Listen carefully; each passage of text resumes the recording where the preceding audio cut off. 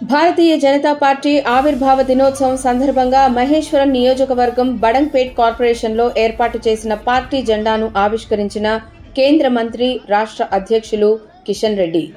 నైతిక విలువలతో కూడిన రాజకీయం చేస్తామని, దేశ గౌరవాన్ని పెంచే విధంగా కృషి చేస్తామని, బడుగు బలహీన వర్గాల అభివృద్ధి కోసం తమ పార్టీ ముందుకు వెళుతుందని ఆనాడే అటల్ బిహారీ వాజ్పేయి చెప్పారని కేంద్ర మంత్రి కిషన్ రెడ్డి అన్నారు. దేశ ప్రధాని నరేంద్ర మోడీ నాయకత్వంలో అనేక సంస్కరణలు తీసుకొచ్చామని, దేశ ప్రజలు ఊహించని విధంగా దీర్ఘకాలిక సమస్యలకు శాశ్వత పరిష్కారం చూపమని కేంద్ర మంత్రి అన్నారు.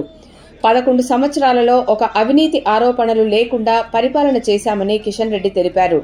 బీఆర్ఎస్ కాంగ్రెస్ ప్రభుత్వం పరిపాలనను ప్రజలు చూశారని, ఒక్కసారి బీజేపీ పార్టీకి అవకాశం ఇవ్వాలని రాష్ట్ర ప్రజలను కిషన్ రెడ్డి కోరారు.